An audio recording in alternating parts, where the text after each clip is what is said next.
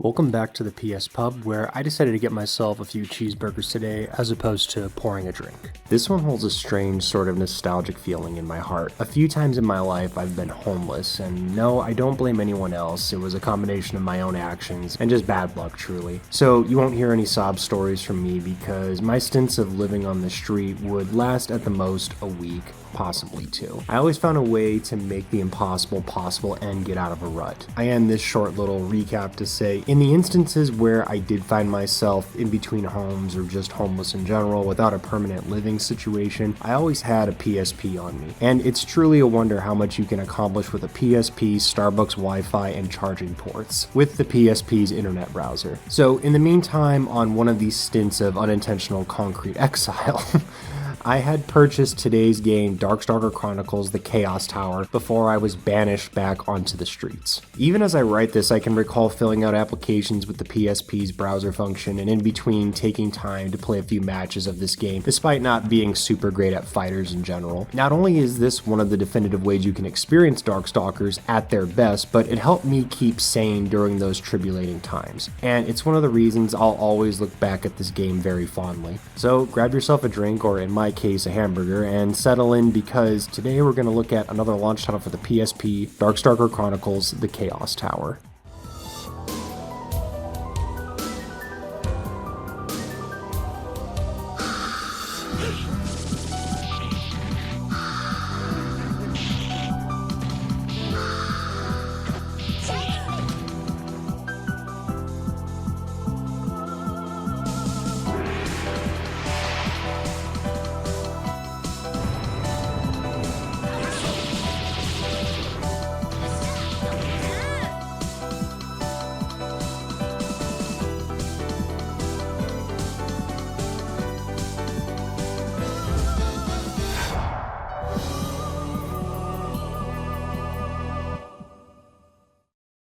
Darkstalkers Chronicles: The Chaos Tower was released as a PSP launch title in both Japan and North America, launching on December 12, 2004 and March 17, 2005 respectively. Chaos Tower was a port of the Dreamcast game Vampire Chronicle for matching service, which released very late in the console's lifespan. The ports are very similar save for two things. The graphics and colors are slightly nerfed in the Chaos Tower, as you can see here with this comparison, while the other difference is the inclusion of the Chaos Tower mode in the PSP game. The Darkstalkers roster is filled with many characters that would later become Capcom favorites, like John Talabane, Demitri, and let's not forget Morrigan, Felicia, and Hasenko. Still, with as wide and large a cast of characters present in these games, there are surprisingly few games that allow you to play as the whole roster in one game. As of right now, the only way you can play Darkstalkers officially on any marketplace through Capcom, and not relatively recent physical releases, is via the Capcom fighting collections. However, these collections in terms of Darkstalker games are a bit flawed. The reason being is that these are more or less straight ports of the original arcade games, meaning certain versions had certain characters while other versions did not. They are good ports of the arcade games though, in my opinion, so they are still worth playing. They are just lacking the use of all characters in one of the definitive games. I have linked below a few Reddit posts and wiki posts that go into detail on the various tournament accepted Darkstalker games, as well as going into detail on all the changes between the different games, including today's title, Darkstalker Resurrection, Vampire Chronicle, and even the Saturn version of Vampire Savior, for a few examples. There's a lot to cover in terms of changes between games, something that could easily be a few hours long just in terms of content explanation and history, so I give nothing but credit and respect to the Darkstalkers fans who painstakingly figured out a lot of the nuances between all of these different games. I will say though that I'll always be curious as to truly how well the Darkstalker Resurrection game sold, considering there was a new Darkstalkers game in development at the time. The whole thing gives me a massive Mega Man Legends 3 demo vibes, if you know what I'm talking about, but I'm getting way off topic here. Now, this isn't meant to be an all-encompassing Darkstalkers review, as I want to focus on Chaos Tower, but I felt it was necessary to at least talk about a little bit of the release history and other versions that carry the 18 character rosters a bit here, as for me personally, I think it kind of sucks that there isn't an easy way to play the definitive Darkstalkers game with all the modes like Chaos Tower from today's game as an example, features and characters from the games on modern hardware aside from emulation and playing different game versions, but it is what it is, I suppose. However, as pointed out on a lot of Reddit posts and websites, Darkstalker Chronicles the Chaos Tower may not be good for tournament viability, which may or may not be an issue for you, as I think that's kind of subjective in terms of what you're looking to get out of this fighter. However, it is a very good alternative single-player content-wise for those wanting a physical game with all 18 Darkstalkers characters on it with an additional mode. Truth be told, and luckily, pricing on this one isn't too bad yet if you're looking to buy it on eBay. With it being a launch title, I'm sure they made plenty of copies for this one, so I imagine there are still a lot in circulation.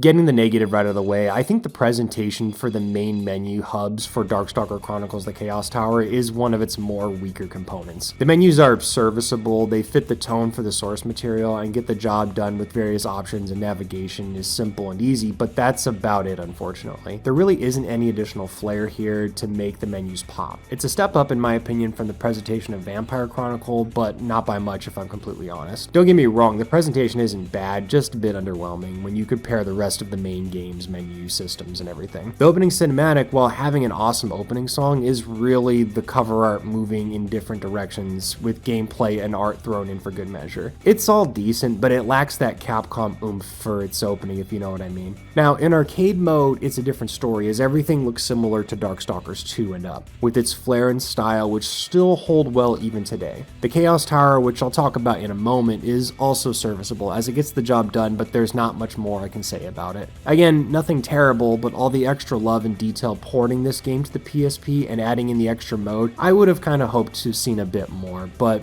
if weak menus are the worst thing this game has to offer, that's not that bad in my book.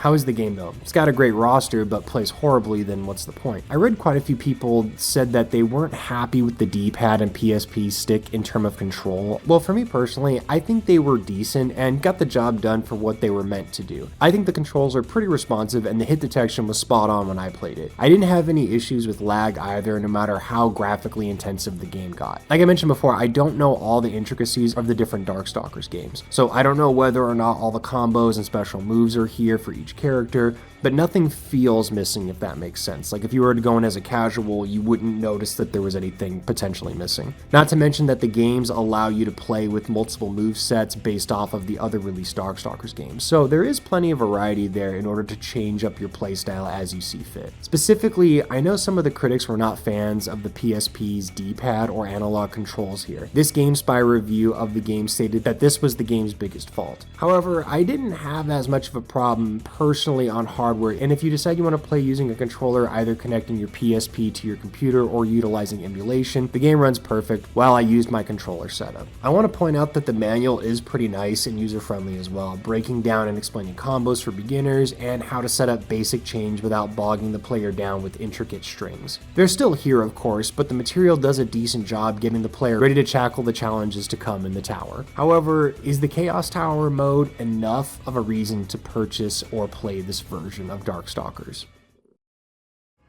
The defining feature for this game, aside from its roster, is the Chaos Tower mode, which sees you picking 3 Darkstalkers characters, each with their own life bar, as you attempt to climb 100 floors to the top. Your character retains the same amount of health after each fight, replenishing a small amount of lost health during a fight as long as they sit out a match. If a character falls in combat, you can still use who you have left, but the character who fell is no longer usable throughout the tower's climb. If all 3 of your characters fall in combat climbing the tower, then it's game over. So it's best to strategize and leverage when and how you want to use certain characters. Along the way, you'll fight against other Darkstalkers. Defeating your enemies will sometimes net you unlockables like key art and such. It's nothing super crazy, and a lot of this key art stuff you can see in the Capcom collections nowadays. Still, it's nice that they had the foresight to put unlockables in the game back in 2004. There are various conditions that, when met in battle, will send you to different places vertically in the tower. You are always climbing, so long as you continue to progress. There are also floors that give you a certain handicap in that battle. For example, not being allowed to jump. Stars represent how tough your opponents environments are, so like I mentioned before, it's best to strategize and leverage characters you're better with as you progress in the tower. I think the Chaos Tower is a pretty cool mode overall. It's like an endurance match with a bit of a dungeon crawler vibe and light roguelike elements, as your destination is determined by how you end each match. I don't know why, but this mode always reminded me of the 4 Saint Beast arc of Yu Yu Hakusho, if you've seen it. Multiple characters scaling a tower, fighting monsters more powerful than the last. Yeah, it's freaking awesome. But I know the Chaos Tower mode is not going to be for everyone, but I enjoyed it a lot, and if it seems interesting enough to you, I say give it a go, and you'll have some fun. Aside from that, there is your standard arcade mode, which features character endings from Vampire Savior 2, as well as soundtracks determined by which version of Darkstalkers you pick before you choose a character.